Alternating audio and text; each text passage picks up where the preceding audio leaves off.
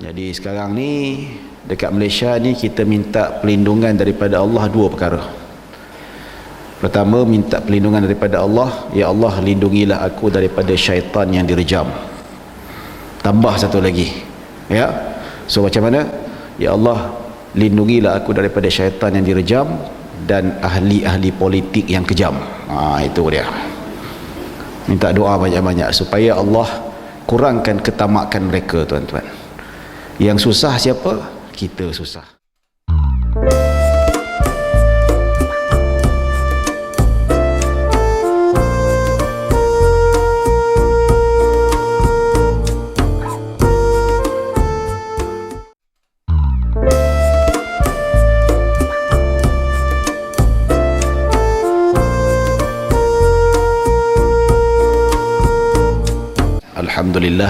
Alhamdulillah, syukur pada Allah atas nikmat serta limpahan kurniaan daripada Allah Subhanahu wa taala. Kita diberi keizinan oleh Allah untuk sama-sama kita berkumpul dan berhimpun pada pagi yang berbahagia ini. Insya-Allah kita akan sambung pengajian kita. Alhamdulillah setakat ini masih lagi kita dibenarkan untuk salat berjemaah, dan begitu juga untuk meneruskan aktiviti kuliah kita. Cuma dekat daerah Kelang, ya, kena PKPD, arahan tuanku agar masjid dan surau dan segala aktiviti di sana ditangguhkan. Jangan sampai dekat sini pula, tuan-tuan. Jadi kita kena patuh SOP macam biasa, penjarakan fizikal, begitu juga pakai mask di tempat yang mana ramai sesak macam ni. Bukan sesak lah, ramai. Dan ketiga, memang sentiasalah kita jangan bersentuhan, sentiasa basuh tangan kita dan seumpamanya. Tapi ini ujian yang Allah berikan kepada kita, tetapi disebabkan kecuaian, nak kata kecuaian rakyat tak juga, tapi dia sebenarnya kecuaian ahli-ahli politik yang tamakkan kuasa. Time ni lah nak rampas kuasa, time ni lah nak pilihan raya negeri, macam-macam. Ini pun seorang lagi pun isytihar dapat sokongan majoriti nak mengaku jadi PN pula. Sebelah sana nanti dia adu parlimen, dia digugur parlimen, tak tahu apa lagi malapetaka yang kena kat negara kita ni, tuan-tuan. Jadi sekarang ni dekat Malaysia ni kita minta perlindungan daripada Allah dua perkara. Pertama, minta perlindungan daripada Allah, ya Allah lindungilah aku daripada syaitan yang direjam. Tambah satu lagi, ya. So macam mana? Ya Allah lindungilah aku daripada syaitan yang direjam dan ahli-ahli politik yang kejam. Itu dia. Minta doa banyak-banyak supaya Allah kurangkan ketamakan mereka, tuan-tuan. Yang susah siapa? Kita susah. Nak pergi masjid tak boleh, masjid pun susah. Nak bayar bil api, nak bayar bil air, tak ada duit, kutipan tak ada, orang tak datang masjid. Kerajaan bagi, kerajaan mana ada peruntukan banyak nak tanggung semua masjid, tidak.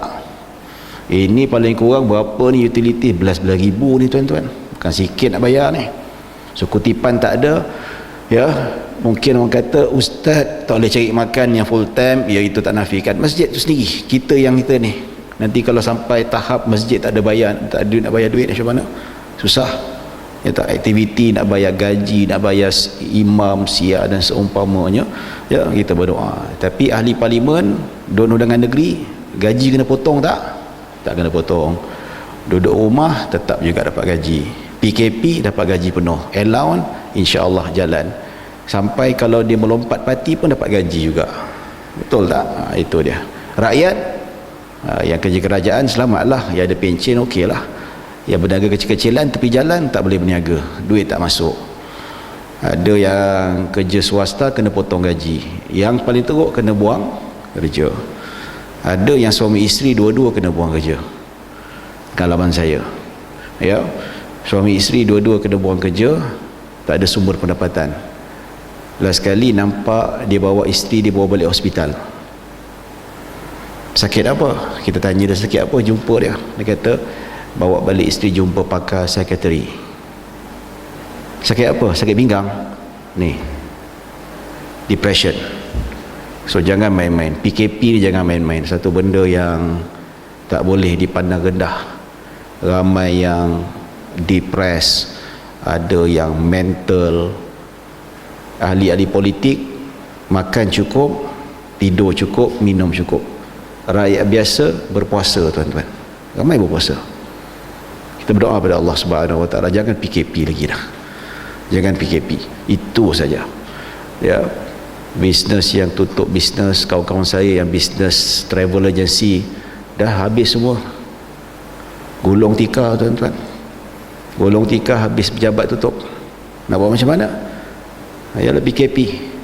Ini barulah nak bernafas sikit, barulah start nak hidup balik. Tapi kerakusan orang politik, rakyat jadi mangsa.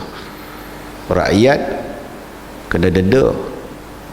Menteri yang degil dibiarkan begitu saja. Tak, ini bukan kita nak menghina, tapi kita kritikan.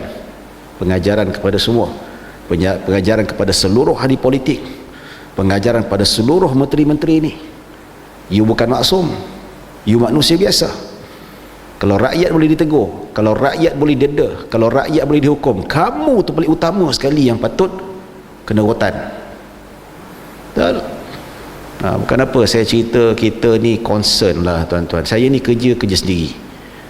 Kata ustaz kerja bukan ceramah. Saya adalah bisnes saya. Ya, tapi terasalah musim PKP ni. So bila tengok ada orang yang rakus ni, tak tahulah, ini duduk sibuk nak cari kuasa, sibuk nak rebut kuasa. Tuan-tuan, kita tengok sejarah Khulafa' Ar-Rashidin. Zaman Sayyidina Abu Bakar, Sayyidina Umar, Uthman, Ali, zaman Umar Abdul Aziz, beberapa khulafa yang memang dia jadi pemimpin ni dia tak minta. Sayyidina Umar dapat jawatan, dia menangis, dia tak nak, dia tolak. Masa pemilihan tu dia lari, tak pergi mana dah. Semualah orang macam ni lah yang tak minta jadi pemimpin. Tengoklah hasil pimpinan dia, berjaya belaka, hebat-hebat belaka. Yang meminta kepimpinan ni teruk-teruk belaka, hancur masyarakat, hancur umat. Ini sejarah dah membuktikan, tuan-tuan. Tapi orang kita ni tak tahulah apa banyak sangat dia kejar. Ya. Oh, minta maaf. Mukadimah lepas geram. Ya, insya-Allah kita masuk pengajian berkitab, iaitu tak apalah kita dirakam tu, harap-harap orang politik dengarlah cerita ni. Betul tak? Kita kritik tidak menjadi masalah. Yang tak boleh mengeji, mengutuk, menghina. Itu tak boleh. Ya, adab kena jaga. Kritik berdasarkan fakta. Kritik mestilah berdasarkan adab. Bukan kita duk maki dia, kutuk dia, tak guna dia, itu tak boleh. Ya, tuan-tuan dan puan-puan dirahmati Allah Subhanahu Wa Taala. Baik, kita sempat habis pada muka surat 24, iaitu pengajian sapuan di atas khuf. Wah, ni dia. Nak tengok bulan lepas kan? Ini yang sapu di atas khuf. Yang mana inilah ada hukum fiqah yang tertentu.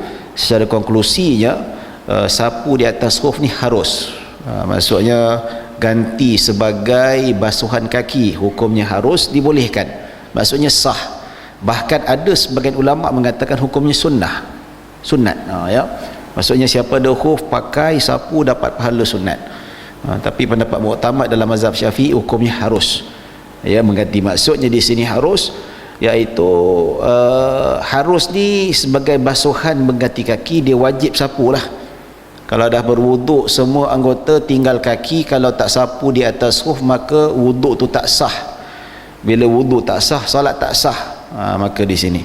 Tapi disebut sini sapu di atas khuf dalam condition macam ni hukumnya wajib.